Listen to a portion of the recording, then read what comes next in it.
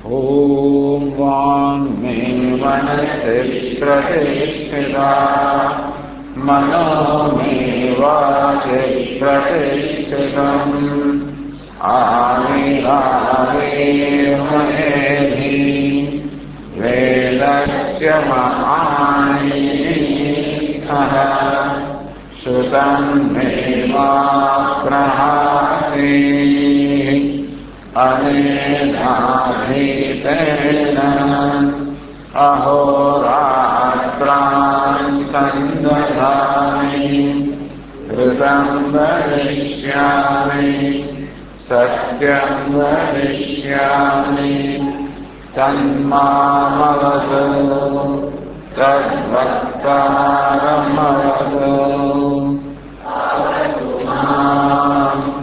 अवतु वक्तारमवतु वक्तारम् ॐ शान्ति शान्ति शान्ति श्रुतिस्मृतिपुराणानाम् आलयं करुणालयं नमामि भगवत्पादं शङ्करं लोकशङ्करम् शङ्कराचार्यं केशवं बादरायणं सूत्रभाष्यकृतौ वन्दे भगवन्तौ पुनः पुनः ईश्वरो गुरुरात्मेति मूर्तिभेदविभागिने व्योमवद्व्याप्तदेहाय दक्षिणामूर्तये ईशानीशादिभेदेन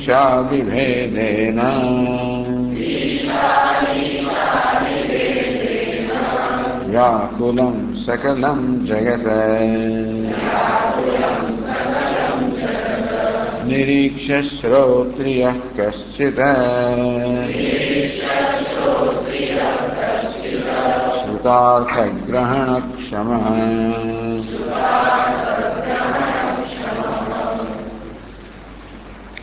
ऐतरेय उपनिषद में 76वां पाना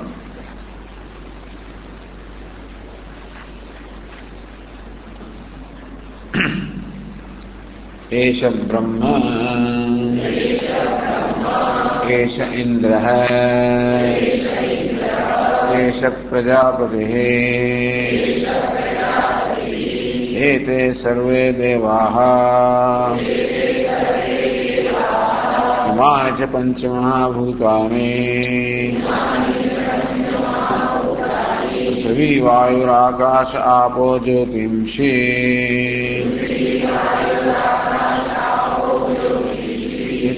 इत्येतानि इमानि च क्षुद्रमिश्राणि व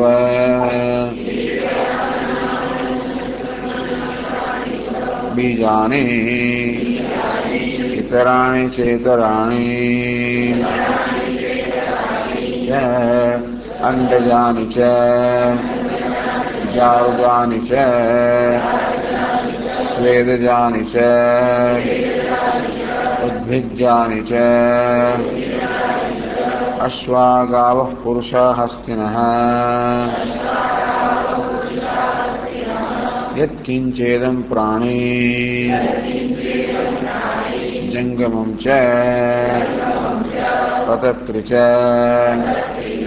यच्च स्थावरं सर्वं तत्प्रज्ञानेत्रं प्रज्ञाने प्रतिष्ठितम् प्रज्ञानेत्रो लोकः प्रज्ञा प्रतिष्ठा प्रज्ञानं ब्रह्म।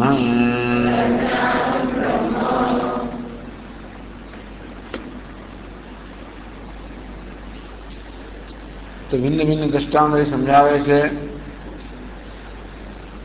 मनुष्यना जीवन में शोक के दुख शू कारण है अज्ञान ने कारण माया ने कारण केवी रीते मनुष्य भ्रमवा है एने कारण कोई कारण हो दुखी थता होय छे। અને આ માયા કે જ્ઞાનના પરિણામે જીવનમાં જે ભિન્ન ભિન્ન વસ્તુ થતી હોય એને જુદા દ્રષ્ટાને સમજાવે.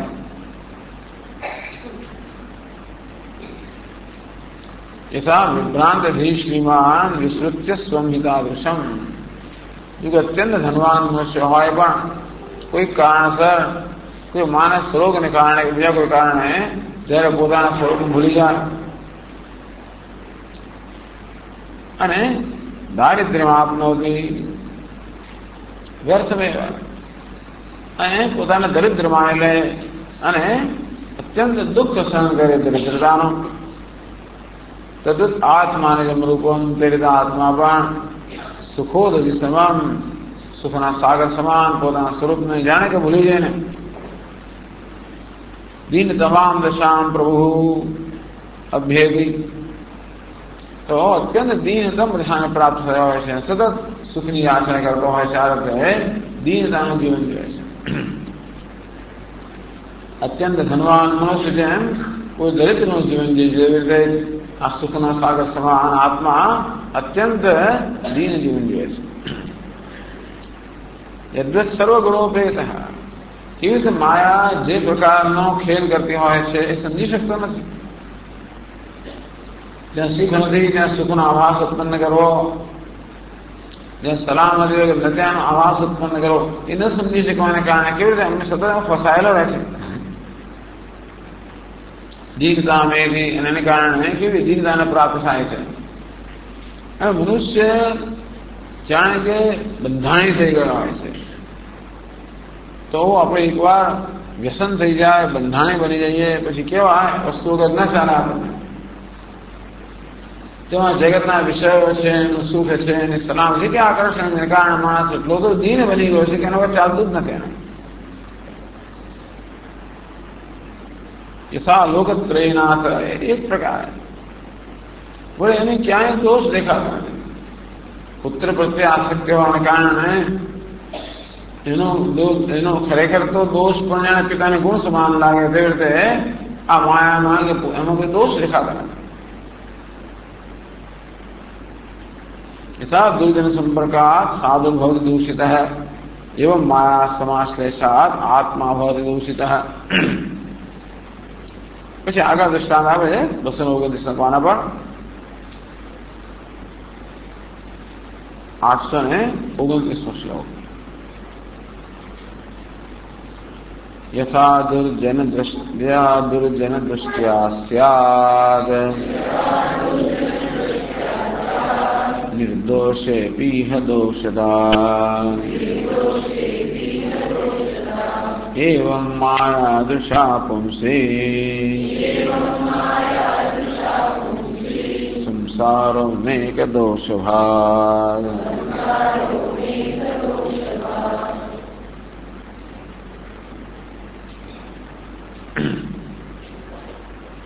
यथा दुर्जन दृष्टया स्यात् निर्दोषे भी यह दोषता अथवा दोषिता. तो दुर्जन दृष्टिમાં તે નિર્દોષ મનુષ્યમાં પણ દુર્જનની દ્રષ્ટિને કારણે દુર્જનને ઘણા દોષ દેખાતા હોય. નામક ખલ કહેવાય કે દુષ્ટ કે દુર્જન કહેવાય. એ ગુણે દોષાવિષ્કરણમ. ત્યાં વાસ્તવમાં સદગુણ હોય છે ત્યાં આપોઆપ એવી વિકૃત દ્રષ્ટિ હોય છે કે એને ત્યાં દોષ જ દેખાય. એ આરોપ કર્યો પણ એનો સ્વભાવ જ હોય છે, દોષ દેખાય છે. એને ખબર નથી કે પોતાને દેખાય છે વિકૃતિ છે, એ તેને સાચા જ માને. જે ગુણ છે ત્યાં આગળ દોષને સાચા માનવા કેવી રીતે. એવમ માયા દૃશા પંક્તિ દોષિતા દોષવત્તા દોષ હોવા પણ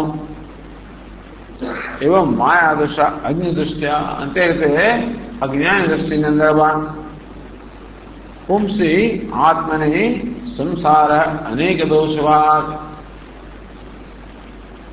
जब आत्मा ये वास्तव में निर्दोष है, निर्विकार से कर्तृत्व भोक्तृत्व वगैरह अनेक प्रकार दोष आ अज्ञान ने कारण जाए. वास्तव में करता है अभोक्ता है नित्य शुद्ध बुद्ध मुक्त है एમાં कर्तृत्व भोक्तृत्व शुद्धि बंधन अनेक प्रकार दोष आ अज्ञानी दृष्टि ने कारण देखाय છે. દૃષ્ટાંત આપ્યું કેવી રીતે માણસના સ્વભાવને કારણે જે નસીનો આરોપ કેમ થતો હોય તેવી રીતે અહીં પણ જે નસીનો આરોપ કેવી રીતે આત્મા પર સતત થતો હોય છે. અને તેથી ક્યાંક દોષ દેખાય માટે હોવો જોઈએ એવો પણ નિયમ નથી. શક્ય છે કે જીવવાની દ્રષ્ટિમાં દોષ હોય એને કારણે જે નસીએ પણ દેખાય. તો રજ્જુ સર્વના દ્રષ્ટાંત જાણીતા જ છે, તો બીજું દ્રષ્ટાંત આપ્યું કેવી રીતે દુર્જનને જ્યાં નથી ત્યાં બહુ દોષ દેખાતા હોય તે રીતે અજ્ઞાની પુરુષને આત્મામાં નથી તેવા દોષ તેમનું દર્શન થતું હોય છે. આમ દરેક શ્લોક આપણે આત્મ સ્વરૂપના ચિંતન માટેનો ઉપયોગ કરી શકીએ કે આત્મામાં આને દોષ દેખાય છે. કર્તૃત્વ, ભોક્તૃત્વ, સુખી છું, દુઃખી છું, અનેક પ્રકારના દોષ એમાં દેખાતો હોય વાસ્તવમાં આત્મામાં છે કે મારી દ્રષ્ટિને કારણે દોષ દેખાય છે. પછી બીજું દ્રષ્ટાંત કે આગળ કરશે યથા જન સ્થિતમ રાજા દુઃખમાત્મનિ મન્યતે એવં જડે સ્થિતમ દુઃખમ આત્મન્યેવાભિમન્યતે. યથા જનસ્થિતમ દુઃખમ રાજા આત્મનિ મન્યતે.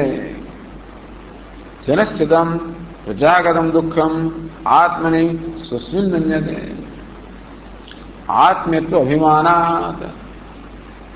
તો રાજા ખૂબ જ પોતાના કર્તવ્ય નિષ્ઠ હોય અને રાજા માનતો હોય મારું કર્તવ્ય છે કે પ્રજાને હંમેશા રંજનમાં સુખી રાખવી. આમ પ્રજાને સુખી રાખવી એવું પોતાના કર્તવ્યમાં નિષ્ઠ રાજાને. ક્યાંય પ્રજામાં દુઃખ દેખાય તો આપોઆપ એને પોતાનો દુઃખ દેખાય કે એવી પ્રજાનો આત્મીય ભાવ છે. એટલે આત્મા આત્મીયમાં જે થતું એનું પણ આપણે આત્મામાં દર્શન કરીએ ઘણી વાર, એનો અનુભવ કરીએ. અત્યંત પ્રિય કોઈ આપણે વ્યક્તિ હોય એને કે થતો હોય તો એની અસર આપણા પર તરત થતી હોય. રાજાને દ્રષ્ટાંત રાજા એટલો બધો પ્રામાણિક છે, પોતાના કર્તવ્ય બહુ નિષ્ઠ છે કે એને પ્રજામાં એવો એનો આત્મીય ભાવ છે કે પ્રજાને દુઃખ થતું હોય તો પોતાનું દુઃખ થાય. આ તો ખાલી અધ્યારોપનું દ્રષ્ટાંત આપવામાં આવ્યું. વસ્તુ એક સ્થળે છે એનું અન્યત્ર દર્શન કરવા આનું નામ છે અધ્યાસ કે અધ્યારોપ. એવી રીતે એવં જડે સ્થિતમ દુઃખમ આત્મન્યેવાભિમન્યતે. એવં જડે અંતઃકરણે સ્થિતમ દુઃખમ આત્મની. તો જડમાં અર્થાત અંતઃકરણમાં દુઃખ છે એને પણ આ મનુષ્ય આત્મા માને છે. દુઃખ એટલે જે કઈ અંતઃકરણના ધર્મોને આત્માના ધર્મ માની લેવામાં આવે છે. તેથી અંતઃકરણમાં અલ્પતા હોય, જે કઈ મર્યાદા હોય, અંતઃકરણમાં જ્ઞાનની મર્યાદા હોય, શક્તિની મર્યાદાઓ હોય, એ બધી મર્યાદાઓને પોતાની મર્યાદા માનીને દુઃખી થાય છે. એ મર્યાદાઓને પોતાની માનીને એનાથી વાંધો ના આવતો તો કશું નહીં પડે એવું નથી. એ કોઈ પણ ક્ષણે આત્મામાં મર્યાદાનો આરોપ કર્યો કે તરત આપણે દુઃખ થાય. અનેક વાર આપણે ચર્ચા કરી પ્રમાણે દુઃખનું એક જ માત્ર કારણ છે, અંતે હું મર્યાદિત હું મારા બધા દુઃખનું કારણ છે અને અમર્યાદિત હું મારા આનંદનું કારણ છે. કમનસીબે ઉપાધિની મર્યાદાઓનો આત્મ પર આરોપ કરે મનુષ્ય પોતાને મર્યાદિત માને છે.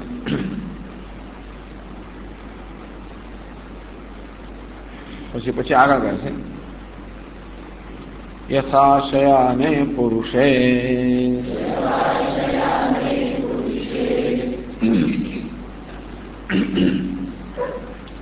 એકસ્મિન હેતુવર્જિતે અકસ્માદેવ નિખિલમ જાયતે ભૂત ભૌતિકમ.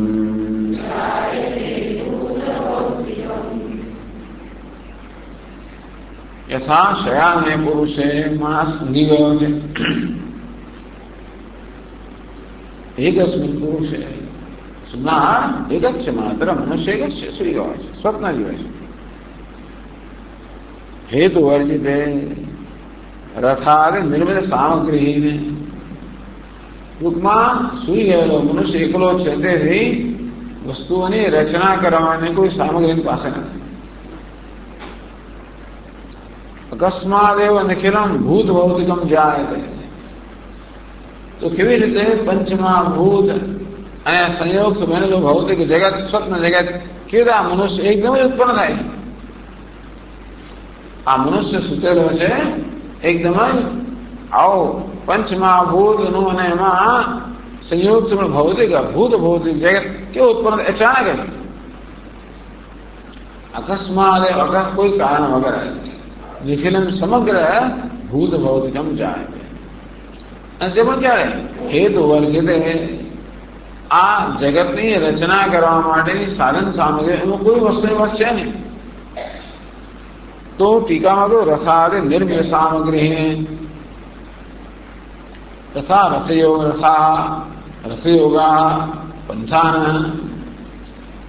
बृहदारण्यको उपनिषदों के मनुष्य ने स्वप्न में रथ देखा है, घोड़ाओं देखा है, मार्ग देखा है. अब वो देखा और दृष्टांत क्या बृहदारण्य के उपनिषद नाम बना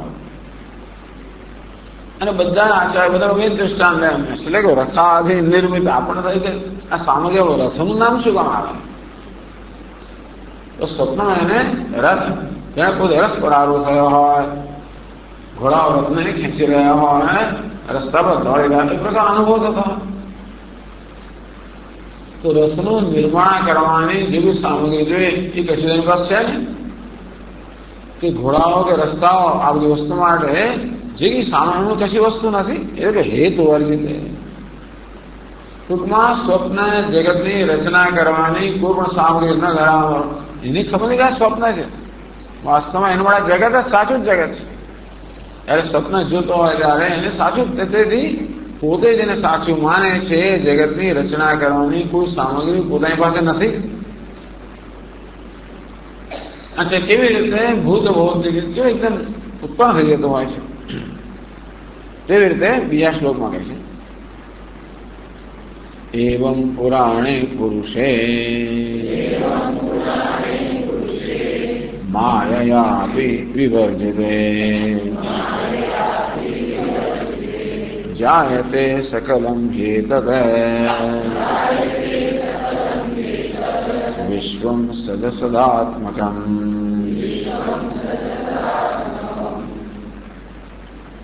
एवं पुराणे पुरुषे पुराण पुरुष એટલે પરમાત્મા પુરાણ તો છે ચિરંતન છે અનાદિ છે અનંત છે તેથી નિર્વિકાર છે દેશ का आश्रम पर છે. તો પુરુષે એટલે કે પરમાત્મામાં માયા વિવર્જિત જે પરમાત્મામાં માયાનો કોઈ પ્રકારનો સ્પર્શ નથી એવા પરમાત્મામાં જાયતે सकलम ह्येतत् आ जगत ने रचना करवा जो सामग्री જોઈએ એ કોઈ सामग्री वास्तव में परमात्मा है नहीं. एतत् सदसदात्मकं विश्वं जायते. समग्र विश्व सद और असत स्थूल सूक्ष्म कारण कारण आ प्रकार जो जगत है ये एकदम जन्मे से परमात्मा. तो જેવી રીતે સ્વપ્નના દર્શન કરનાર મનુષ્યમાં સ્વપ્નના જગતની રચના કરવાની સામગ્રી નથી છતાં મેં દેખા એટલે કશી સામગ્રી વગેરે શું રચાય તો કેવું હોય. જેમ જાદુગર પાસે કોઈ સામગ્રી નથી છતાં જગત રચતો હોય તો મિથ્યા છે. સ્વપ્ન જગત જેમ મિથ્યા તેવી રીતે આ જાગ્રત જગત પણ કોઈ પ્રકારની સામગ્રી રચાયું છે એ પ્રકાર મિથ્યા છે.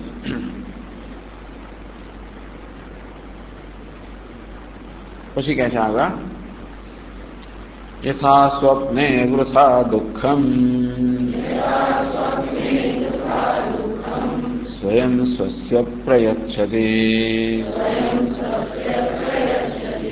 एवं जागरणेऽप्यात्मा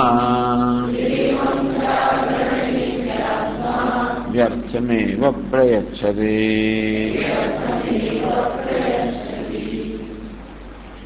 यथा स्वप्ने वृथा दुखम स्वयं स्वच्छ प्रयच्छति।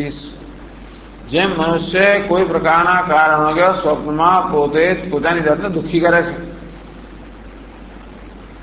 ટૂંકમાં સ્વપ્નના કોઈ પદાર્થ હોય જે મને દુઃખ આપનારા હોય તો છે તો પોતે જ ને. આ સ્વપ્નના જગતની રચના તો પોતે જ કરેલી છે. પોતે કરેલી છે એટલું જ નહીં, પરંતુ સ્વપ્નના જગતના રૂપમાં પોતે જ રચાયેલો છે. સ્વપ્નમાં જે કંઈ પદાર્થ એ વાસના પોતે જ છે. અને છતાં પણ એ જ પદાર્થો સ્વપ્નના પદાર્થો હોય, વ્યક્તિઓ હોય એના દુઃખનું કારણ છે. એટલે કે છે કેવી દુઃખમ સ્વયં સ્વસ્ય પ્રયચ્છતે. એ સ્વયં પોતાને વૃથા દુઃખ આપે કારણ વગર. એવમ જાગરણે ભી આત્મા વ્યર્થમેવ પ્રયચ્છતે. એવી રીતે જાગ્રત અવસ્થાની અંદર પણ આત્મા વ્યર્થ કોઈ કારણ વગર પોતાને દુઃખ આપે છે. એટલે માયા દીનતા લાભ.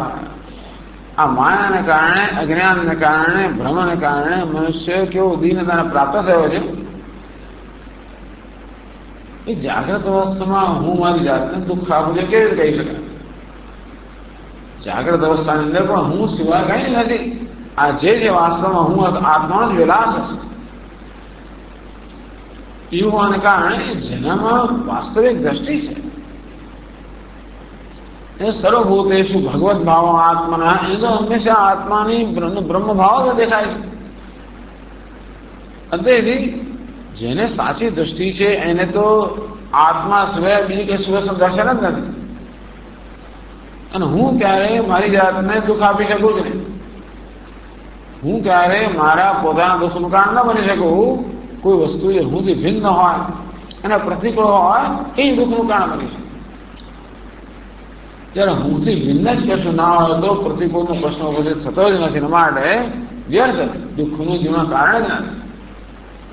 આ તો બધું કૂતરું અરીસાઓ સામે જોઈને ભસે, એની અંદર બીજા કૂતરાઓ છે અને આક્રમણ કરે અને પછી આક્રમણનો ભોગ બને. અને આ રીતે લોહી ધોવાણ થઈને જે ઘાયલ થઈને પડે તેમ સતત મનુષ્ય જગતમાં સંઘર્ષ કરે આ જ કરતો હોય છે.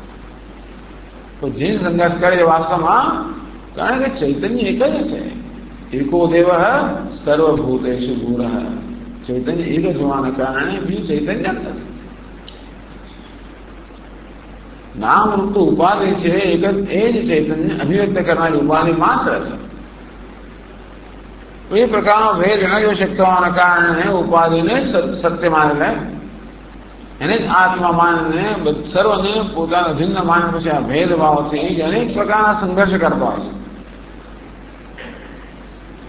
વ્યર્થમેવ પ્રયચ્છતે. આ રીતે જાગ્રત અવસ્થાની અંદર પણ આત્મા એ તત્વને ન જાણતો હોવાના કારણે, પોતાના વાસ્તવિક સ્વરૂપને ન જાણતો હોવાના કારણે વાસ્તવમાં પોતે જ પોતાનું દુઃખ આપે છે. અર્થાત પોતે જ આત્મા જ આત્માનું દુઃખનું કારણ બને છે. જેમ નિર્દોષ રજ્જુ આપણા ભયનું કારણ બને છે, અંતે રીતે નિર્દોષ આત્મ વાસ્તવમાં આપણા સર્વ દુઃખનું કારણ બને છે. આ રીતે માયાને કારણે જીવનમાં કેવું દુઃખ છે એનું ભિન્ન ભિન્ન રીતે વર્ણન કરવામાં આવ્યું. લબ્ધ જ્ઞાનસ્ય દુઃખવાદ. જેને જ્ઞાન પ્રાપ્ત થયું છે એના જીવનમાં કેવું દુઃખનો બાદ થઈ જાય છે કે પછીના શ્લોકોમાં કહે છે. યથા સ્વપ્નાભિબુદ્ધસ્ય સ્વપ્ન દુઃખ ક્ષયો ભવેદ વેત્તિ ચૈતન્ય મે દુઃખમ આસીન્નાસ્તિ ચ ભાવ્યમે.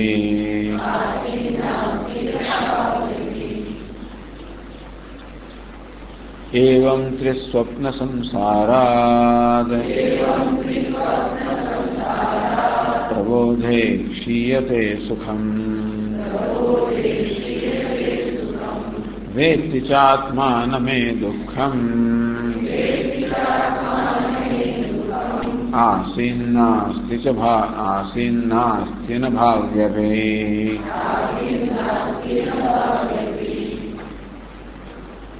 यथा स्वप्नाभिवृद्धस्य સ્વપ્નમાંથી જાગ્રત થઈ ગયો એના માટે સ્વપ્ન દુઃખ ક્ષય ભવે. સ્વપ્નના દુઃખનો નાશ તાત્કાલિક થઈ જાય સ્વપ્ન જાગી જવાના કારણે. એ જાગવાને કારણે જ્ઞાન થાય છે એટલા માટે ખરેખર સ્વપ્નના દુઃખનો નાશ થવાનું કારણ જ્ઞાન છે કે વાસ્તવમાં સ્વપ્ન નામની વસ્તુ છે નહીં. એટલે જાગ્રતના દ્રષ્ટિબિંદુથી જયારે પોતાના સુષુપ્તિના ઊંઘના અનુભવને જયારે એ સમજે ત્યારે ખબર પડી કે સ્વપ્ન માત્ર હતું, કલ્પના હતી, વાસ્તવિકતા હતી નહીં. એટલે દુઃખનો નાશ ક્ષય થાય. કોઈ કારણસર આપણા મનમાં એવી જાતની સમજ રહી જાય કે સ્વપ્નમાં જે થયું સાચું જ હતું તો દુઃખનો ક્ષય ના થાય. કે જે કંઈ સ્વપ્નનો ક્ષય ના થાય જે સ્વપ્નના અનુભવને સત્યતા આપવામાં આવે તો એ સ્વપ્નાદ વિબુદ્ધસ્ય લબ્ધ જાગરસ્ય. જાગ્રત થયો અર્થાત જાગ્રતના અહમમાં જેની હવે અહમ બુદ્ધિ થઈ ગઈ છે એની કારણે સ્વપ્નના અહમમાંથી જેની અહમ બુદ્ધિનો બાદ થઈ ગયો કે નિવૃત્ત થઈ ગઈ. આમ સ્વપ્ન સાથે જેનું કોઈ પ્રકારનું તાદાત્મ્ય રહ્યું નથી એને સ્વપ્નનું કોઈ દુઃખ હવે રહ્યું નથી. વેદથી છે વળીને આપણું જ્ઞાન થાય જાગે એટલે ન મે દુઃખમ આસીદ ન અસ્તિ ન ભાવે અપી.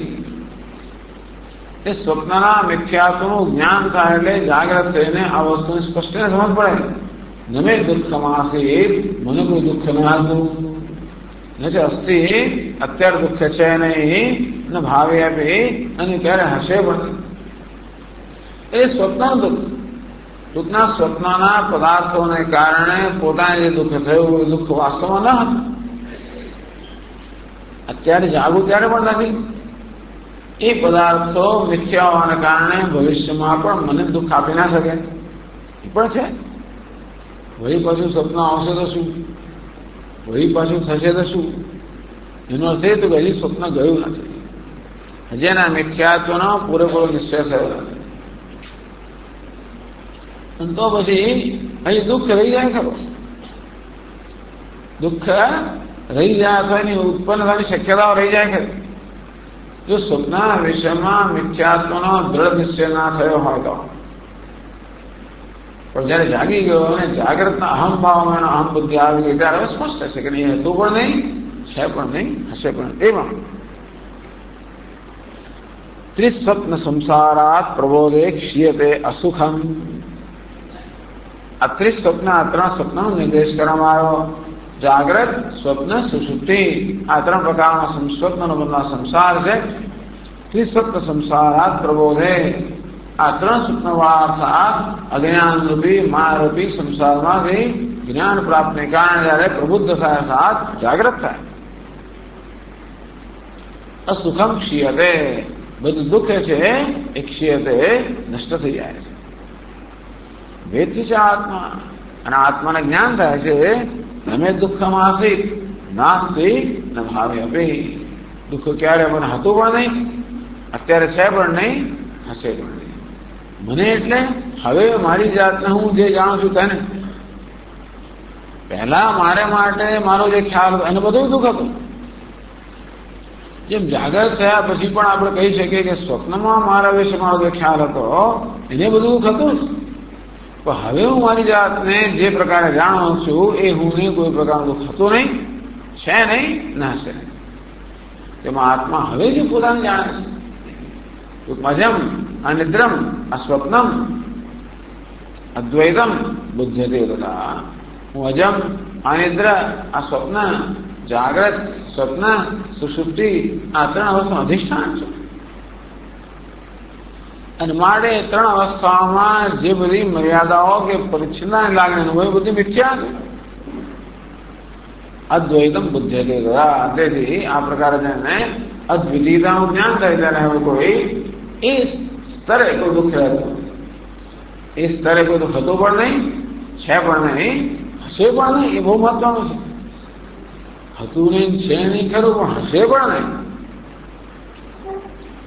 કોઈ ફરી પાછું દુઃખ પાછવાની સંભાવના હોય તો મનમાં એક દાસ્ય રહ્યા કરે, એ દુઃખ જ છે. ટૂંકમાં ભવિષ્યના દુઃખની સંભાવના પણ મનમાં હોય એ દુઃખ જ છે. ન ભાવ્યાપી દુઃખ હશે પણ નહીં.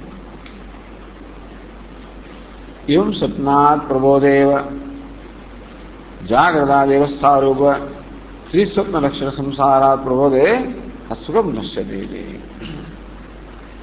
આગળ 230 પાના પર કહે છે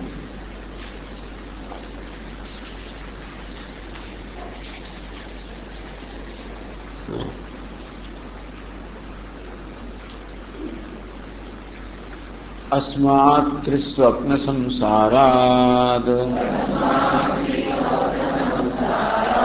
बोधनं ब्रह्मवेदनं जातमस्माकमेतस्माद्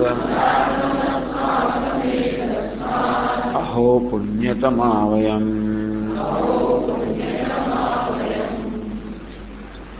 अस्मात् હવે આગળ કહેશે આ બધું કોણ કહી રહ્યું છે, જાહેર કરી રહ્યું છે? બોલા જિજ્ઞાસો તો જ્ઞાની પુરુષો જેમની અંદર ચર્ચા કરતા હતા. કોઈ મહાત્મા તે વય ઉપાસ નહીં એની ચર્ચા કરતા હતા કે જે આત્મા કોણ છે, જેની આપણે ઉપાસના કરીએ છીએ, જેને આપણે આત્મા કહીએ છીએ, વાસ્તવમાં કોણ છે? એમ આત્માના સ્વરૂપનું અન્વેષણ કરનારા. પૂર્વમાં જેમને સનકાદિ ઋષિઓ દ્વારા ઉપદેશ પ્રાપ્ત થયો હતો, વર્તમાનમાં વામદેવ ઋષિ દ્વારા એનો ઉપદેશ પ્રાપ્ત થયો. એ વામદેવની અવસ્થા જેમનો તીવ્ર વૈરાગ્ય જન્મ્યો, જેને કારણે જે કંઈક વિચારો બાકી રહી ગયો તે વિચારમાં થઈ ગયો.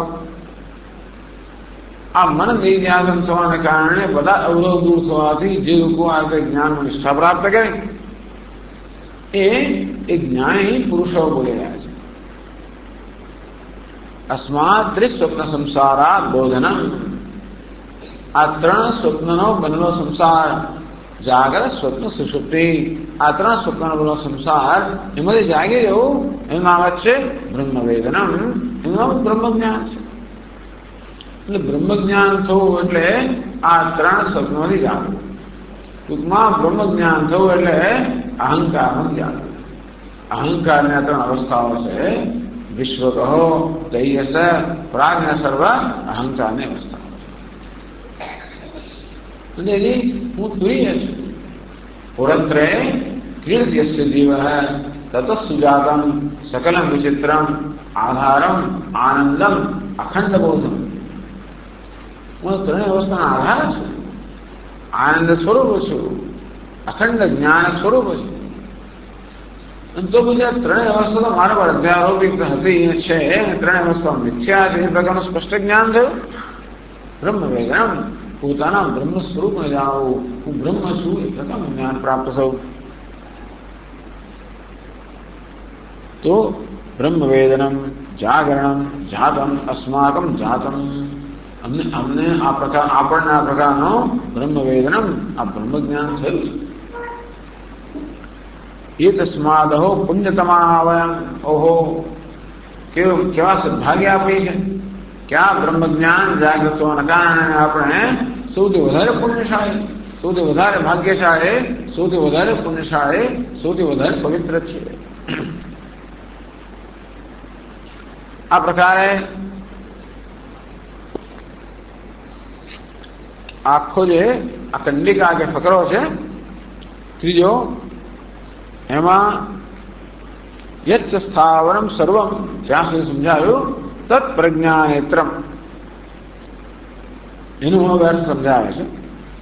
આ સર્વ જે છે, સ્થાવર કહો, જંગમ કહો, જે કે પ્રાણી હોય, અને તેથી એ જમીન પર ચાલનારા હોય, પદત્રી આકાશમાં ઉડનારા હોય, પગવાળા હોય, પગ વગરના હોય, જે કે હોય, પંચમહાભૂત જળ ચેતન, નાના મોટા જે ઘોડા હોય, હાથી હોય, મનુષ્ય હોય, જે કંઈ હોય, આ બધાનું જે સમગ્ર જગત છે પ્રજ્ઞા નેત્ર છે.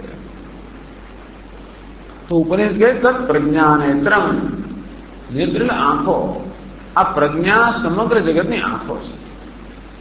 આંખો નેત્ર કેમ કહેવામાં આવ્યા? ની એટલે કે ની પ્રાપણે, ની એટલે કે પ્રાપ્ત કરાવવો, એટલે કે વહન કરાવવો. नेतृत्व करवो। अर्थ चक्षु जे छे ए आपणा देहनुं नेतृत्व करनारा छे, આપણે આગળ લઈ જનારા છે, દેખાડનારા છે, આપણને ધારણ કરનારા છે, આપણું વહન કરનારા છે। તે સમગ્ર જગતનું વહન કરનાર, સત્તા સ્ફૂર્તિ પ્રદાન કરનાર, એને ધારણ કરનાર, એનું ચક્ષુરૂપ એને પ્રકાશિત કરનાર એક પ્રજ્ઞા છે। માટે સમગ્ર જગતને પ્રજ્ઞા નેત્ર, પ્રજ્ઞા જેનું નેત્ર છે એ જગતને પ્રજ્ઞા નેત્ર કહેવામાં આવ્યું।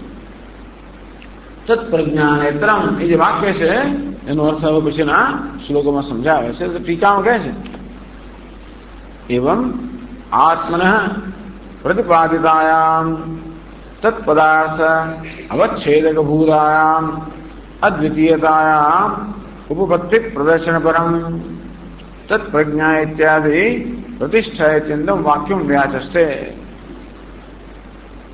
एतत् सर्वं तत्प्रज्ञानेत्रं प्रज्ञाने प्रतिष्ठितम्।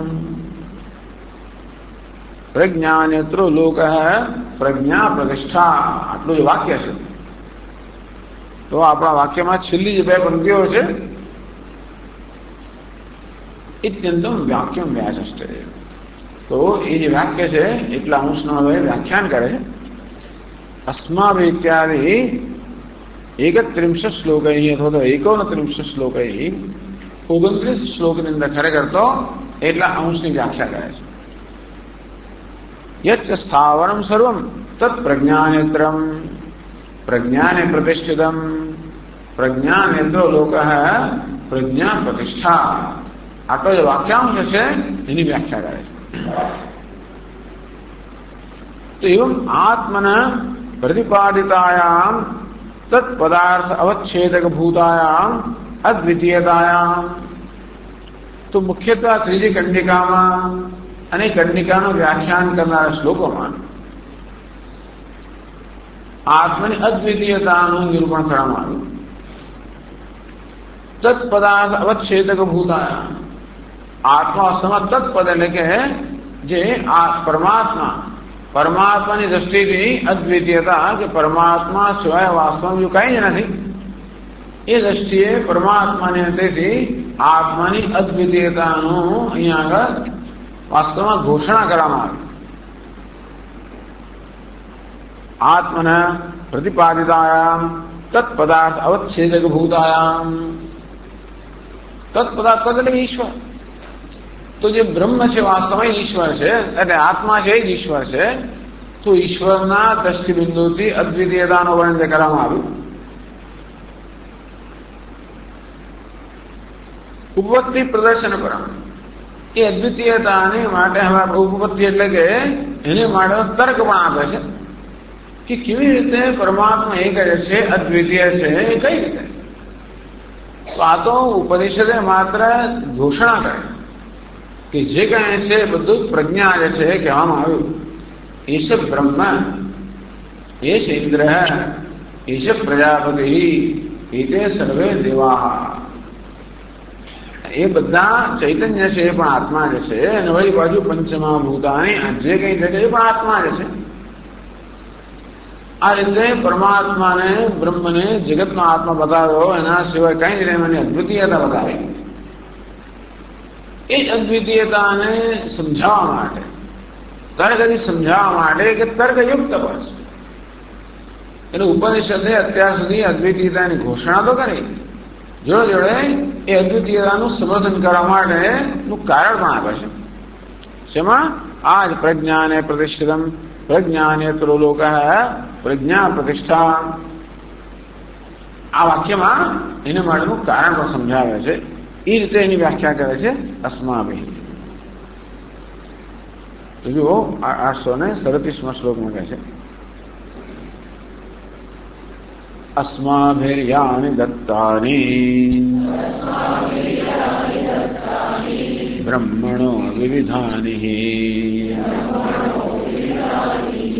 बुद्धिनामानि तेष्वत्र प्रज्ञानामातिशोभनम्।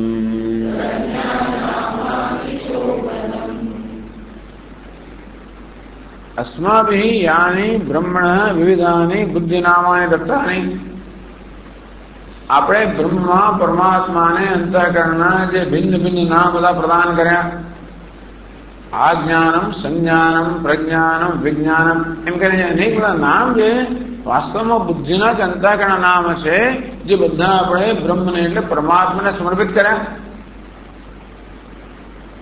તેશ્વત્ર પ્રજ્ઞાનામ અતિશોભનમ કહે કે બધાની અંદર જે પ્રજ્ઞા કે પ્રજ્ઞા નામ છે એ સૌથી વધારે સુંદર નામ છે એટલે બીજા બધા નામ તો ભગવાનના આપ્યા એમાં પ્રજ્ઞા કે પ્રજ્ઞાન નામ છે એ સૌથી વધારે સુંદર છે કારણ કે એ પરમાત્માનું શ્રેષ્ઠ નિરૂપણ કરનારું નામ છે પરમાત્માનું જે સ્વરૂપ છે એ સ્વરૂપનું શ્રેષ્ઠ નિરૂપણ કરનારું આ નામ છે બીજા બધા નામ પણ કેવું પરમાત્મા બતાવે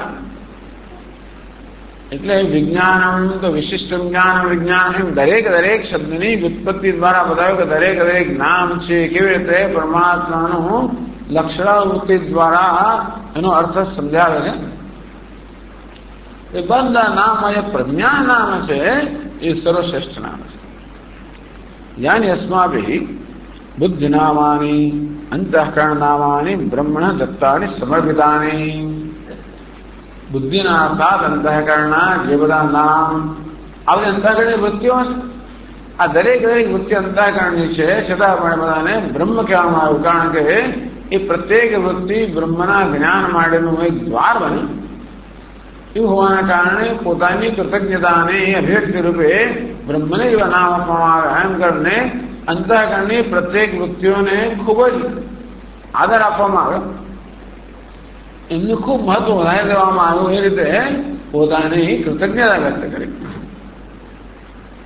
તો આ પ્રકારે જે બધા ભિન્ન ભિન્ન નામને સમર્પિત કર્યા તેષુ મધ્યે પ્રજ્ઞા તે નામ અતિશોભનમ એ બધામાં જે પ્રજ્ઞા નામ આપ્યું એ સૌથી વધારે સુંદર છે હવે એ તો કહે છે કે હવે તમે જોયું પ્રજ્ઞાનું નામ છે ને એની અંદર જે બધા નામ આપ્યા આજ્ઞાનમ સંજ્ઞાનમ વિજ્ઞાનમ એનો પ્રજ્ઞા શબ્દ નથી યદ્યપિ પ્રજ્ઞા એ નામ હૃદયાદિ નામ સુન ઉદ્દિષ્ટ તો એતદ હૃદય મનસ્સેતદ હૃદય કહો મન કહો આ બધા આટલા બધા નામમાં પ્રજ્ઞા એ નામ તો છે ને યદ્યપિ પ્રજ્ઞા એ નામ હૃદયાસ્ય નામ સુન ઉદ્દિષ્ટ એ કહે છે આ ઋષિઓ કહે છે કે બધા જે નામ આપણે પરમાત્માને સમર્પિત કર્યા એમાં પ્રજ્ઞા જે નામ છે સર્વશ્રેષ્ઠ નામ છે તો પ્રજ્ઞા નામ તો એમણે સમર્પિત કર્યું પણ નથી ત્યાંથી યાદીમાં પ્રજ્ઞા તો નામ આવતું નથી તથાપિ પ્રજ્ઞા નામ ઉદ્દિષ્ટત્વ એમાં પ્રજ્ઞાને કહ્યું છે આ જ્ઞાન વિજ્ઞાનમ સંજ્ઞાનમ પ્રજ્ઞાનમ એટલે પ્રજ્ઞા ખરેખર પ્રજ્ઞાન છે ત્યાં આગળ અહીંયા પ્રજ્ઞા કહે છે એટલે પ્રજ્ઞા એનો અર્થ પ્રજ્ઞા એનો સમય બધા નામમાં આ પ્રજ્ઞા નામ છે સર્વશ્રેષ્ઠ નામ છે બહુ સુશોભિત સુંદર નામ છે એનું કારણ એક જ છે કે પ્રજ્ઞા અને પ્રજ્ઞાન બંને શબ્દોનો અર્થ સરખો થાય એટલા આતસ્ય ઉપસર્ગે ભાવાર્થક આંગ પ્રત્યાંતત્વેન તત્સમાનાર્થમ પ્રજ્ઞા નામ અપી ઉદ્દિષ્ટમેવ ઇતિ ભાવ એટલે એક ભાવમાં પ્રજ્ઞા નામ આપી ટૂંકમાં પ્રજ્ઞાન અને પ્રજ્ઞા આ બંને ખરેખર જ્ઞા ધાતુમાંથી અને અપ્ર ઉપસર્ગ લગાડીને બનેલા શબ્દો છે અને તેથી માત્ર એમના જે એમના પ્રત્યય જુદા જુદા છે પણ અર્થ એક જ હોવાના કારણે પ્રજ્ઞા અને પ્રજ્ઞા આ બંનેનો અર્થ એક જ છે તેથી ભલે આ શ્લોકમાં પ્રજ્ઞા કહેવામાં આવ્યું આપણે એનો અર્થ પ્રજ્ઞા સમજી લઈએ ટૂંકમાં 837માં શ્લોકનો અર્થ એ થયો કે આપણે અંતઃકરણના જે બધા નામ પરમાત્માને સમર્પિત કર્યા એમાં આ પ્રજ્ઞા નામ છે એ સૌથી વધારે સુંદર છે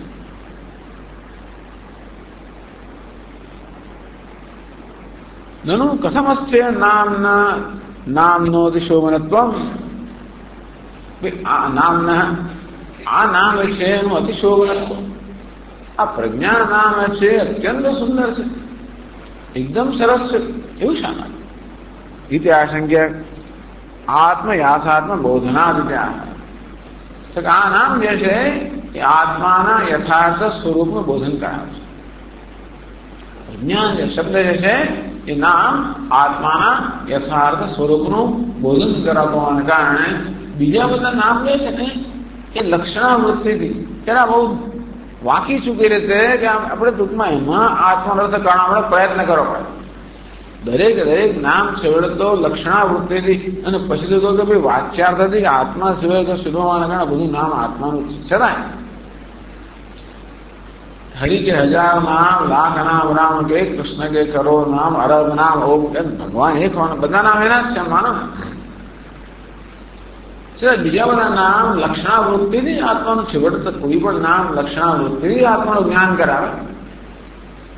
અને છતાં પણ આ એક નામ એવું છે જે પરમાત્માનો બોધ આપણને બહુ સરળ રીતે કરાવે છે. તેથી આત્મ યાથાત્મ બોધના આત્માના યથાર્થ સ્વરૂપનું બોધન કરાવતો હોવાને કારણે આ પ્રજ્ઞા નામ છે એ અત્યંત સુશોભિત છે. એ વાત પછીના શ્લોકમાં કહે છે. યતો જ્ઞપ્તિ પ્રકાશ સ્યાદ પ્રકર્ષો ભેદ શૂન્યતા સ્વજાતિ વિજાત્યાત્મા ભેદો યસ્યામ ન સંવિદે.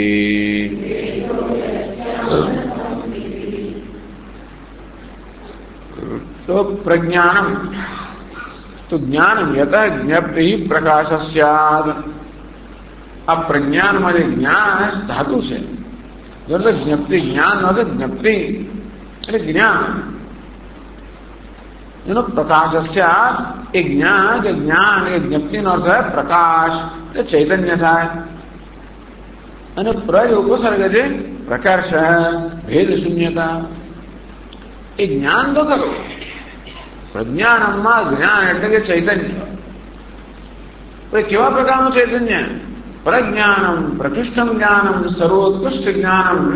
તો જ્ઞાનની ઉત્તમતા કે ઉત્કૃષ્ટતા કઈ છે? ભેદ શૂન્યતા. જે જ્ઞાનમાં કોઈ પ્રકારનો ભેદ ના હોય એ સર્વોત્કૃષ્ટ જ્ઞાન છે. કેવા પ્રકારનો ભેદ? આ જ્ઞાતા અને જ્ઞેયનો ભેદ ના હોય એવું જે જ્ઞાન છે ઉત્કૃષ્ટ છે. સામાન્ય રીતે આ ઘટક જ્ઞાન પટક જ્ઞાન બધાને જ્ઞપ્તિ કહેવાય. એ બધું એ છતાં પણ એ જ્ઞાનમાં હંમેશા જ્ઞાતા જ્ઞેય વગેરેનો ભેદ રહી જતો હોય છે. એટલા માટે જ્ઞાન અને જ્ઞાન શબ્દ ને એક ઉપસર્ગ લગાવવામાં આવ્યો એમ કરીને જ્ઞાન પ્રકૃષ્ટ જ્ઞાન થઈ ગયું, ઉત્કૃષ્ટ જ્ઞાન થઈ ગયું. એની ઉત્કૃષ્ટતા કઈ છે કે કોઈ પ્રકારનો ભેદભાવ ના હોય. અર્થાત જ્યાં જ્ઞાતા જ્ઞેય બધો ભેદભાવ વિરમી જાય છે કે નિવૃત્ત થઈ જાય છે એવું જ્ઞાન પ્રજ્ઞાન છે. કેવો ભેદ હોય? સ્વ સજાતિ વિજાતિ આત્મા ભેદ યસ્યામ સંવિધિ. યસ્યામ સંવિધિ જે સંવિદમાં જે ચૈતન્યમાં જે શુદ્ધ જ્ઞાનમાં સ્વ સજાતિ વિજાતિ આત્મા આપણે કઈ વિલક્ષણ શબ્દ છે.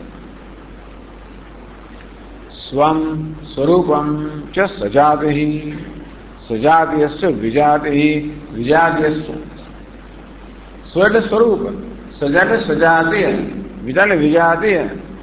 તે આત્મા નિરૂપકતા શરીરમ. અહીંયા આત્મા નથી થયો એનું રૂપ. કયો ભેદ? એ ભેદનું વિશેષણ થયું. ભેદ એનો આત્મા સજાતીય વિજાતીય છે એવો ભેદ. સ્વગત સજાતીય વિજાતીય જેનું સ્વરૂપ છે એવો ભેદ.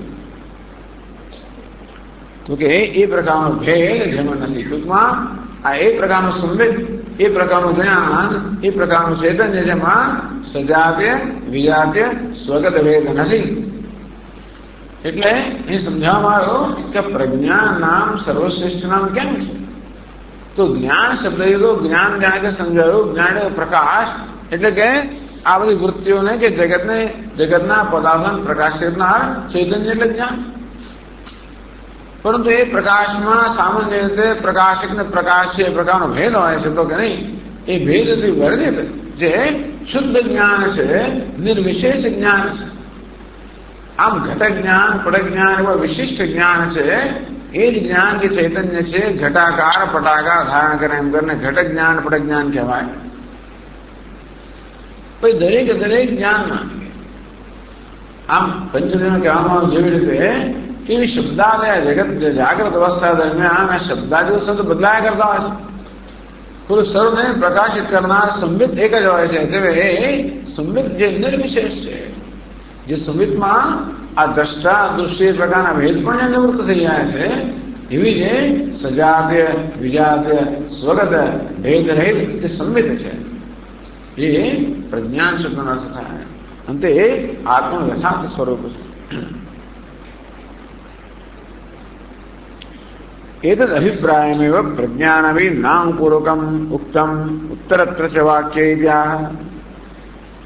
એટલે સર્વ પ્રજ્ઞાત પ્રજ્ઞાનેત્રમ ઉત્તરત્ર વાક્ય ઉપનિષદમાં જે પછીનો વાક્ય એ સાંશ છે. એતદ અભિપ્રાયમેવ આ અભિપ્રાયથી જ પ્રજ્ઞાનવિ નામપૂર્વકમ ઉત્તરત્ર ચ વાક્ય પ્રજ્ઞાન પ્રજ્ઞાનેત્રમ. આ પ્રજ્ઞા કેમ ગયું પાછું? કેમ કે આપણા ગ્રંથકારને શ્લોકની રચના કરતા ના આવડી કે પ્રજ્ઞાન નામથી શોભનું એવું કહેવાના બદલે પ્રજ્ઞા નામથી શોભનું એવું 837 શ્લોકમાં પ્રજ્ઞા નામથી શોભનું પ્રજ્ઞાન શબ્દનો પ્રજ્ઞાન ઉપયોગ કેમ કરે? એની સંસ્કૃતની ખામી છે એમનામાં એવું નથી. કારણ કે સર્વમ તત્ પ્રજ્ઞાનેત્રમ એ ઉપરી પ્રજ્ઞા શબ્દ પ્રજ્ઞાનેત્ર પ્રજ્ઞાને પ્રતિષ્ઠિત. ઉપનિષદ પણ આ પ્રજ્ઞા અને પ્રજ્ઞાન બંને શબ્દનો એક જ અર્થમાં પ્રયોગ કરે છે. એટલા જ માટે આ પ્રજ્ઞા જ વાસ્તવમાં પ્રજ્ઞાન છે એ કહેવા માટે ગ્રંથકારે જાણી જોઈને 837 શ્લોકમાં પ્રજ્ઞાનામાતિ શોભનમ આ પ્રજ્ઞાનામ અત્યંત સુંદર છે એવું કહ્યું. ટૂંકમાં આગળ જેને આપણે પ્રજ્ઞાન શબ્દ વાપરવાનું એને જ નામ પ્રજ્ઞા છે. કારણ કે ઉપનિષદમાં તત્ પ્રજ્ઞાનેત્રમ પ્રજ્ઞાને પ્રતિષ્ઠિતમ પ્રજ્ઞાનેત્રો લોક પ્રજ્ઞા પ્રતિષ્ઠા પ્રજ્ઞાનમ બ્રહ્મ. ઉપનિષદ પ્રજ્ઞા શબ્દનો પ્રયોગ કરે પ્રજ્ઞાનના અર્થમાં. એટલા જ માટે ગ્રંથકારે પણ આ પ્રજ્ઞા એ નામનો પ્રયોગ કર્યો. એ તો અભિપ્રાય આ જ અભિપ્રાય છે કે આત્મા વાસ્તવમાં સજાત્ય વિજાત્ય સ્વગત સર્વ પ્રકારના ભેદ શૂન્ય જ્ઞાન સ્વરૂપ છે. અંતો એક છે, અદ્વિતીય છે. એવા અભિપ્રાયથી જ આ કહેવામાં આવ્યું પ્રજ્ઞાનેત્રો લોક પ્રજ્ઞા પ્રતિષ્ઠા પ્રજ્ઞાન બ્રહ્મ. આજે વાક્ય છે તત્સ્વરૂપ પ્રજ્ઞાનેત્રમ પ્રજ્ઞાને પ્રતિષ્ઠિતમ પ્રજ્ઞાનેત્રો લોક પ્રજ્ઞા પ્રતિષ્ઠા પ્રજ્ઞાનમ બ્રહ્મ. આજે કહે છે ત્યાં જ અભિપ્રાય કહે છે. તસ્માત અંતેથી 839 શ્લોકમાં કહે છે તસ્માત પ્રજ્ઞાન શબ્દેન પ્રકાશાત્માયમેરિતઃ બ્રહ્માદિ સ્થાવરાંતાનાં देहे काष्ठेऽग्निवत् स्थितः. ब्रह्मादि जो है ब्रह्म लक्ष्मी जाना ब्रह्मादि स्थावरांताना. तस्मात् प्रज्ञान शब्देन अयम प्रकाशात्मा ईरितः. यदि प्रज्ञान शब्द वास्तवમાં આ પ્રકાશ સ્વરૂપ જ્ઞાન સ્વરૂપ ચૈતન્ય જે આત્મા છે એ જ કહેવાય છે પ્રજ્ઞાન શબ્દથી.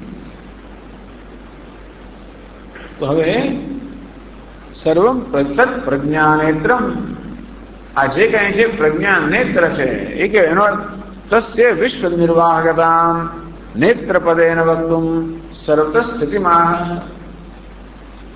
નેત્રપદેન જ્ઞાનસ્ય વિશ્વ નિર્વાહકતા. આ જ્ઞાન સમગ્ર વિશ્વનું નિર્વાહક છે, એનો આધાર છે.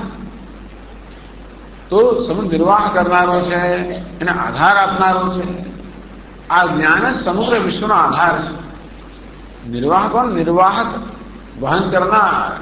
આપણે જેમ જતા હોઈએ ગંગોત્રી વગેરે કે યમનોત્રી પણ પેલા ટટ્ટુ બેસીને જઈએ નિર્વાહ કરનાર કહેવાય. આ જગતનો નિર્વાહ કરનાર કોણ છે? આ પ્રજ્ઞા કે પ્રજ્ઞાન. તસ્ય વિશ્વ નિર્વાહકતા નેત્ર પ્રદેન વક્તુમ, એટલે તત્ પ્રજ્ઞા નેત્રમ. આ નેત્ર શબ્દ શું કહે છે? નિર્વાહક છે. તત્ સર્વમ, આ જે કઈ છે વિશ્વ એ પ્રજ્ઞા નેત્રમ અર્થાત પ્રજ્ઞાનું નિર્વાહક છે. તો નેત્ર પદેન વક્તુમ એટલે આ ગ્રંથ કા નેત્ર શબ્દનો અર્થ નિર્વાહક એવું સમજાવવા માંગે છે. એ નેત્ર શબ્દનો નિર્વાહક એવો અર્થ કરવા માટે પહેલા કહે છે કે કેવી રીતે આ પ્રજ્ઞાન સર્વત્ર રહેલું છે. આ માટી એ છે બધા ઘડાઓનો નિર્વાહક છે એવું ક્યારે કહી શકાય? માટી બધા ઘડાઓમાં રહેલી છે. ખરેખર એ નિર્વાહક કહેવાય. માટીને આધાર આપનાર કોણ? માટીને ધારણ કરનાર કોણ છે? અરે ઘડા. તો ઘડાને ધારણ કરનાર છે માટી. ભલે ટેબલ વગેરે કહીએ પણ છેવટે તો ઉપાદાન કારણે છે એ જ વસ્તુનું નિર્વાહ કહેવાય. આ માટી જ ઘડાને સત્તા પ્રદાન કરનાર છે, સ્ફૂર્તિ પ્રદાન કરનાર છે. આમ સત્તા સ્ફૂર્તિ પ્રદાન કરવા દ્વારા જે ધારણ કરતું હોય, નિર્વાહ કરતું હોય, પોષણ કરતું હોય એને નિર્વાહ કહેવાય. તો નેત્ર શબ્દનો અર્થ શંકરાચાર્ય માટે નિર્વાહ કરે. એ જ અર્થને સ્વીકારે ને કેવી રીતે પ્રજ્ઞા સમગ્ર જગતનું નિર્વાહક છે. પ્રજ્ઞાન કેવી રીતે સમગ્ર જગતનું ઉપાદાન કારણ છે. ઉપાદાન કારણ હોવાના કારણે સર્વત્ર વ્યાપ્ત છે, સર્વત્ર વિદ્યમાન છે એ બતાવે છે. તસ્ય વિશ્વ નિર્વાહકતા નેત્ર પદેન વક્તુમ સર્વત્ર સ્થિતિમાં. આ પ્રજ્ઞાન કેવી રીતે સર્વત્ર વિદ્યમાન છે, હાજર છે બતાવે છે. બ્રહ્માદિ સ્થાવરાંતાનાં દેહે કાષ્ઠે અગ્નિવત સ્થિત. ભાઈ અયમ પ્રકાશાત્મા એ રીતે પ્રજ્ઞાન શબ્દથી આ પ્રકાશ સ્વરૂપ આત્માની વાત કરવામાં આવે છે. કયો આત્મા?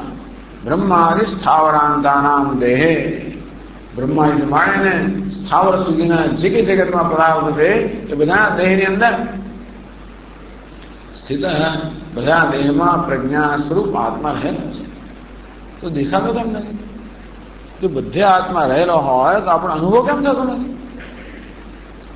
તો કે કાષ્ઠે અગ્નિવશ્યત. આ કાષ્ઠમાં જેવી અગ્નિ વ્યાપ્ત છે તો કેવું છે? અવ્યક્ત છે. એ અનુભવનો વિષય ક્યારે બને? જ્યારે વ્યક્ત બને છે. મયા તદપિદમ સર્વમ જગત અવ્યક્ત મૂર્તિના. ભગવાન કે મારા અવ્યક્ત સ્વરૂપ વડે સમગ્ર જગત વ્યાપ્ત છે. તો અગ્નિ પણ કહી શકે મારા અવ્યક્ત સ્વરૂપ વડે હું કાષ્ઠમાં વ્યાપ્ત છે. તો જેવી રીતે અગ્નિ કાષ્ઠમાં સર્વત્ર એવું, તો કાષ્ઠ છે કે લાકડાનું એક અણુ પણ એવું ના હોય કે અગ્નિ વ્યાપ્ત ના હોય. અને રીતે આ જગતના અણુ અણુની અંદર પણ આ પ્રજ્ઞાન અર્થાત પ્રકાશ સ્વરૂપ આત્મા સર્વત્ર વ્યાપ્ત છે.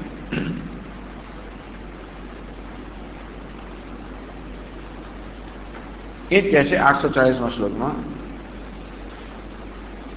સ્થાવરમ જંગમમ વાપી યત્કિંચિત ભૂત ભૌતિકમ પ્રજ્ઞાનેત્રમ હિ તત્સર્વમ માંસનેત્રાયથા વયમ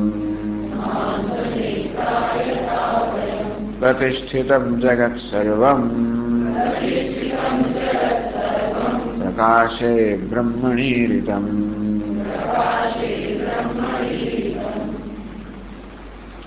સ્થાવરમ જંગમ વાપી યત્કિંચિત ભૂત ભૌતિકમ.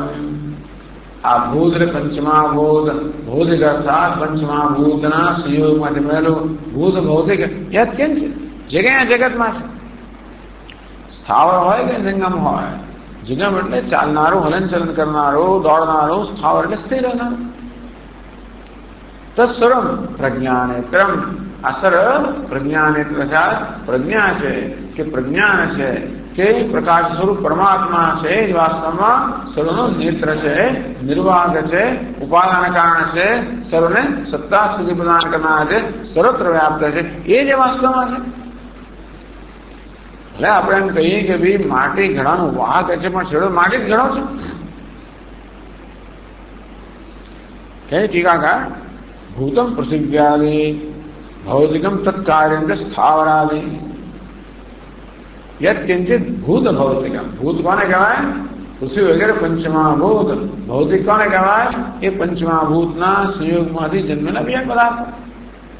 સ્થાવરાદિ યત કિંચ સર્વમ પ્રજ્ઞાનેત્રમ. જે કાંઈ છે બધું જ પ્રજ્ઞાનેત્રમ. પ્રજ્ઞા ઉક્ત લક્ષણા નેત્રમ નિર્વાહકમ યસ્ય તत् પ્રજ્ઞાનેત્રમ યસ્ય તत् પ્રજ્ઞાનેત્રમ. પ્રજ્ઞા જેનું નેત્ર છે ને પ્રજ્ઞા નેત્ર કહેવામાં આવે. કઈ પ્રજ્ઞા? ઉક્ત લક્ષણા કહ્યું ને જ્ઞપ્તિ પ્રકાશ સ્યાત, એટલે સ્વજાતીય વિજાતીય સ્વગત ભેદ શૂન્ય જે સંવિત છે એનું નામ પ્રજ્ઞા.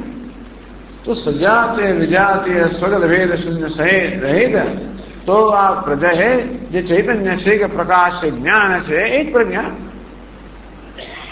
આ પ્રજ્ઞા એ જ્ઞાન સ્વરૂપ પરમાત્મા સમગ્ર જગતનું નેત્ર છે, નિર્વાહક છે, બધો નિર્વાહ કરનાર છે.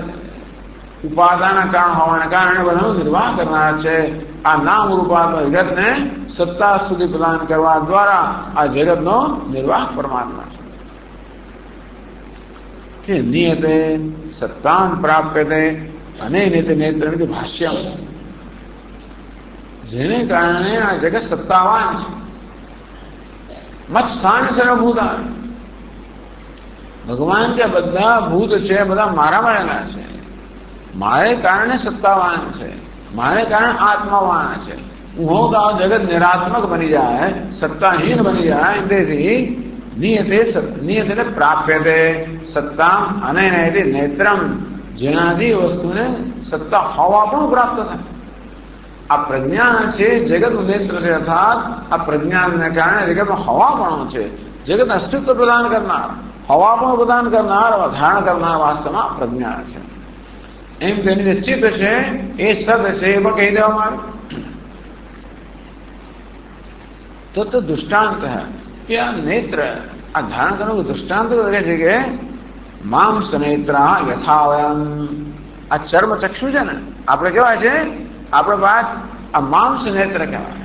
પેલા પ્રજ્ઞા નેત્ર અને માંસ નેત્ર. આ માંસના બનેલા નેત્ર જેવી રીતે આપણો નિર્વાહ કરનાર છે તેવી રીતે આ પ્રજ્ઞા છે એ સમગ્ર જગતનો નિર્વાહ કરનાર છે. યથા અસ્મદાદિ શરીરાણી માંસ નેત્રાણી માંસમય નેત્રે વિના અસંતિ અપ્રશસ્તાની તદ્વત. બહુ મહાન દ્રષ્ટાંત નથી છતાં પણ નેત્ર શબ્દનો ઉપયોગ કરો ને ઉપનિષદ. તો જે પ્રકારનું સ્થાન આપણા દેહમાં નેત્રનું જે પ્રકારનું સ્થાન આપણા દેહમાં છે એ પ્રકારનું સ્થાન પ્રજ્ઞાનનું જગતમાં છે. હવે નેત્ર વગર આપણે જીવી તો શકીએ. નેત્ર કે આપણને અસ્તિત્વ પ્રદાન નથી કરતો. તો મહારાજે કોઈ કારણસર નેત્રનો અર્થ સત્તામ પ્રાપ્ય અને એવો જ કર્યો. નિયતે અનનેતિ નેત્રમ. જેના વડે વસ્તુનું નેતૃત્વ થાય છે, જે આપણે આગળ લઈ જાય છે એ ત્યાં નેત્ર છે. જુએ એટલે આપણે આગળ વધી ક્યારે આપણે ચાલતા હોઈએ ત્યારે પણ નાખો નેત્ર છે, આગળ જોતું જાય અને આપણે આગળ લઈ જતું જાય. આપણા માર્ગમાં આપણું નેતૃત્વ કરનાર, આગળ લઈ જનાર નેત્ર છે. એ નેતૃત્વ કરનાર હોવાના કારણે નેત્ર કહેવાય. પણ શંકરાચાર્ય મારે શું કહે છે? નિયતે અર્થાત સત્તામ પ્રાપ્યતે અને નયતી. જે સત્તા પ્રદાન કરનાર એ દ્રષ્ટિએ નેત્ર સત્તા તો પ્રદાન નથી કરતા, છતાં ખરેખર આપણા દેહને આપણે મનુષ્યત્વ પ્રદાન કરનાર તો નેત્ર ખરા છે. યથા અસ્મદાદિ શરીરાણી માંસ નેત્રાણી. આપણા જે શરીરો છે બધા આ માંસ નેત્ર એટલે આ નેત્રવાળા છે. માંસમય નેત્ર વિના અસંતિ. આ નેત્રનો દેહ કેવો થઈ ગયા નથી હોવાના પણ ન હોવા બરોબર થઈ ગયા કહેવાય. નેત્ર જેવો મનુષ્ય ન હોય તો એ ન હોવા બરોબર થઈ જાય. કારણ કે એનું જીવન કેવું થઈ જાય, કોઈ પ્રકારનો વ્યવહાર બિચારો બહુ મોટા મોટો વ્યવહાર કરી જ ના શકે, કઈ જોઈ જ ના શકે, પોતાનો માર્ગ પણ ના જોઈ શકે, રૂપ રંગ કશું ના જોઈ શકે, કોઈને જોઈ ના શકે, ઓળખી ના શકે. તેથી એનું જીવન ન હોવા બરાબર થઈ જાય, એમ પસંદ થઈ. અપ્રશસ્તા નહીં. ટૂંકમાં આ બધું કેવું થઈ જાય? પ્રશસ્ત ના રહે, પ્રશંસનીય ના રહે, સુંદર ના રહે. માણસ જીવે ખરો, પરંતુ એમાં પ્રશંસનીયતા ના હોય, એનામાં ઉત્તમતા ના હોય, એવું ગૌરવ ના હોય. એમાં મનુષ્યને જે સારી એવું ગૌરવ ના હોય, નેત્ર ના હોય ત્યારે એ રીતે નેત્રને આપણા દેહનો સર્વોત્તમ ભાગ કહેવાય. એમ કહે કે નેત્ર ખરેખર આપણને ગૌરવ પ્રદાન કરનારા છે, આપણે મનુષ્યત્વ પ્રદાન કરનારા છે. એ રીતે ભલે નેત્ર માણસ જીવે કરો, પણ છતાં પહેલા જેવો નેત્ર વાળો હતો, એનું જે ગૌરવ હતું એવું રહેતું નથી. એ રીતે આ નેત્ર શબ્દનો પ્રયોગ કરવામાં આવ્યો કે જે રીતે આપણા દેહમાં નેત્રનું પ્રકૃષ્ટ સ્થાન છે, એ નેત્ર વગર માણસ ન હોવા બરોબર છે. એને એમ કહેવાય કે નેત્ર આપણને હવાપણું પ્રદાન કરે છે. અને તે રીતે આ પ્રજ્ઞાન કે ચૈતન્ય સમગ્ર જગતને એ તો મુખ્ય અર્થમાં હવાપણું પ્રદાન કરે છે. ઉક્ત પ્રજ્ઞાયા નિર્વાહકત્વેન નેત્ર સામ્યેપી ઉપાદાનતયા નિર્વાહકત્વમ વ્યતિરેકો વિબોધ્ય. આ નેત્ર કે ઉપાદાન નથી, અરે પેલું નેત્ર છે પ્રજ્ઞાન તો ઉપાદાન છે. તેથી ઉક્ત પ્રજ્ઞાયા નિર્વાહકત્વેન નેત્ર સામ્ય, આ પ્રજ્ઞાન ચૈતન્ય છે એ પણ નેત્રની સામ્યતા ધરાવે છે, કારણ કે નિર્વાહ છતાં પણ એથી આગળ વધે ને ઉપાદાનતયા નિર્વાહકત્વ. ટૂંકમાં જેવી રીતે ચક્ષુ આપણા દેહને શોભા પ્રદાન કરીને, દેહને હવાપણું ગૌરવ પ્રદાન કરે છે, તે રીતે પ્રજ્ઞાન પણ સમગ્ર જગતને શોભા પ્રદાન કરીને આ જગતને જાણે કે હવાપણું પ્રદાન કરે છે. એ તો ખરું છે. તો જગતની અંદર પ્રાણ છે, જગતમાં જીવન છે, જગતમાં હલનચલન છે, જગતમાં ઉપયોગિતા છે, જગતમાં બુદ્ધિ છે, જગતમાં બધું જ છે પ્રજ્ઞાનને કારણે. એ રીતે જગતને ખરેખર શોભા પ્રદાન કરનાર, ઉપયોગિતા પ્રદાન કરનાર, સુંદરતા પ્રદાન કરનાર, ગૌરવ પ્રદાન કરનાર પ્રજ્ઞાન છે. એ રીતે આ નેત્રનું સામ્ય ધરાવે છે. તો પ્રજ્ઞાન તો આ નેત્રથી પણ ચઢિયાતું છે. કઈ રીતે? ઉપાદાન નિર્વાહકત્વ. તો આ રીતે પણ પ્રજ્ઞાન તો જગતનું ઉપાદાન કારણ છે, એ તો મુખ્ય અર્થમાં નિર્વાહક છે. વ્યતિરેકો બુદ્ધિ એટલે પ્રતિષ્ઠિતમ જગત સર્વમ પ્રકાશે બ્રહ્મણીરિતમ. તો ઈતમ કહેવામાં આવ્યું છે કે પ્રકાશ સ્વરૂપ, જ્ઞાન સ્વરૂપ, સત્યમ જ્ઞાનમ, આનંદ બ્રહ્મમાં આ સમગ્ર પ્રતિષ્ઠિત છે. બ્રહ્મપુચ્છમ પ્રતિષ્ઠા ઇત્યાદિ શ્રુતિષુ.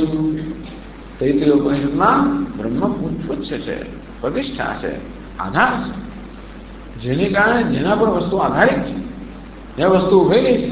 આ જે આધાર આપણે જે સત્તા સુધી પ્રદાન કરે છે એ બ્રહ્મના રીતે મુખ્ય અર્થમાં પ્રતિષ્ઠા કહેવામાં આવી. તો પ્રજ્ઞાન તો મુખ્ય અર્થમાં પ્રતિષ્ઠા છે.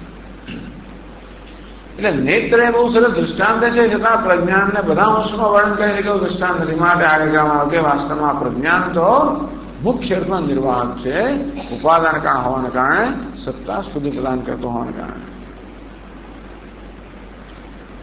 તસ્ય ભાષા સર્વમિદં વિભાતિ इति श्रुति अनुरुद्ध उक्तमर्थम स्फुटयति. तो એના પ્રકાશથી સર્વ પ્રકાશ છે એ શ્રુતિ અનુસરીને આગળ અર્થ કહેવામાં આવ્યો કે પ્રતિષ્ઠિતમ સર્વ જગત સર્વ પ્રકાશ બ્રહ્મણી. પ્રકાશ બ્રહ્મમાં સમગ્ર જગત પ્રતિષ્ઠિત છે. એ અર્થને વળી પાછો સ્પષ્ટ કરે છે 841 શ્લોકમાં.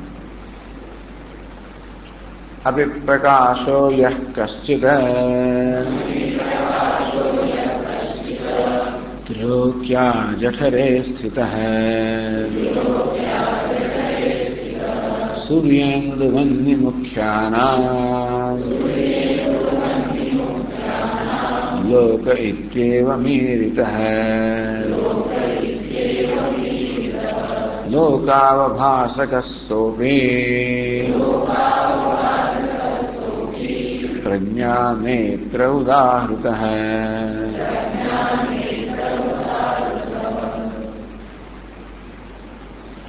अभी प्रकाश कश्चित् त्रिलोक्या जठरे स्थितः. जठर अंत है, આ ત્રિલોકી અર્થાત 3 લોકના બનેલું જગત કે છે એટલે સમગ્ર જગત જઠરમાના અંતરે જે કોઈ પ્રકાશ જ્યાં પણ છે તો સૂર્યેન્દ્ર વન્ય મુખ્યાનામ સૂર્ય કહો ચંદ્ર કહો અગ્નિ કહો એ મુખ્ય છે.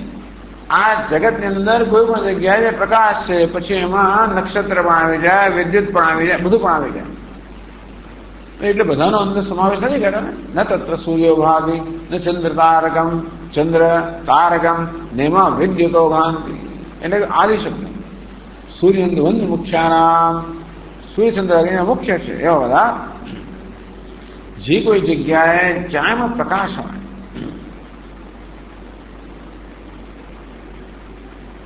लोकहित्यम ए रीते है तो सूर्येन्दु वन्य मुख्यानाम प्रकाश है. आ बधाने वास्तव में प्रकाशित करनारा प्रज्ञा कीदृश है लोके लोक अवभाषक है इतम ए रीते है. आ जगत ने अंदर आ परमात्मा सर जगत नो अवभाषक है ये प्रकार कहवाय छे. क्या कहवाय छे? उपनिषद अन्यत्र तस्य भाषा सर्वमिदं विभाति एना प्रकाश थी आ समग्र जगत प्रकाशे छे. एने प्रकारना वाक्यमां तत्तेजो विद्धिमामकम आदित्यमां चंद्रमामां अग्निमां जे प्रकाश छे वास्तव मारो प्रकाश छे एम जे कहेवामां भगवद गीतामां के तस्य भाषा सर्व विभाति एना प्रकाश थी आ सर्व प्रकाश एवुं जे उपनिषदमां कहेवामां आवे मुंडकोपनिषदमां कठोपनिषदमां आई थिंक श्वेताश्वतरमां बधामां कहेवामां आवे ये पण ज कहेवामां आवे कि सूर्येन्द्र वन्य मुख्याना आ सूर्य चंद्र अग्नि वगैरह जो प्रकाशको छे ए बधानो प्रकाशक आ छे प्रकारे जगतमां परमात्मा प्रसिद्ध छे, वेदमां प्रसिद्ध छे, शास्त्रमां प्रसिद्ध छे. लोक अवभाषक है ए लोकनो अवभाषक छे, जगतनो अवभाषक छे. आ बधा ज्योतिर्धरनो अवभाषक छे, ज्योतिर्मय तत्वनो अवभाषक छे. सोपी प्रज्ञानेत्र है उदाहरण है. ये रीते आ परमात्मा ने आम जे कहेवामां आव्युं आ प्रज्ञा नेत्र शब्दनो प्रयोग बीजे थयो नथी पण जे रीते परमात्मा ने समग्र जगतनो अवभाषक कहेवामां आव्यो जगतमां जे कोई जग्याए कशो पण प्रकाश होय ए सूर्यनो होय चंद्रनो होय अग्निनो होय गमे तेनो प्रकाश ए सर्वने प्रकाशित करनार वास्तवमां प्रकाश परमात्मा ने छे. એ પરમાત્મા ને સમગ્ર જગતનો અવભાષક જે કહેવામાં આવ્યો એ દ્વારા પણ પરમાત્મા પ્રજ્ઞા નેત્ર જેમ કહેવામાં આવ્યું સોવી પ્રજ્ઞા નેત્ર ઇતન્મય એટલે આ ઉપનિષદમાં જ કહેવામાં આવ્યો પ્રજ્ઞા નેત્રમ કે પ્રજ્ઞા નેત્રો લોક એમ કહેવામાં આવ્યો પ્રજ્ઞા નેત્રો લોક આ લોક છે પ્રજ્ઞા નેત્ર છે એવું જ બીજા ઉપનિષદ કહેવામાં આવ્યું છે. એમ કરીને બધા ઉપનિષદમાં એક વાક્ય था કે સમન્વય બતાવે છે કે શાસ્ત્રમાં આ જ કહેવામાં આવ્યું છે કે સમગ્ર જગતનું વહન કરનાર, સમગ્ર જગતનું નેતૃત્વ કરનાર, સમગ્ર જગતને પ્રકાશિત કરનાર, સમગ્ર જગતને આધાર આપનાર, સત્તા સ્ફૂર્તિ પ્રદાન કરનાર નિમિત્ત ઉપાદાન કારણ જે છે એ પ્રજ્ઞાનેત્ર છે. પ્રજ્ઞાનેત્રથી એ કહેવાય છે એ વાસ્તવમાં પરમાત્મા છે. એ જ આ ઉપનિષદમાં અન્યત્ર પણ કહેવામાં આવે છે.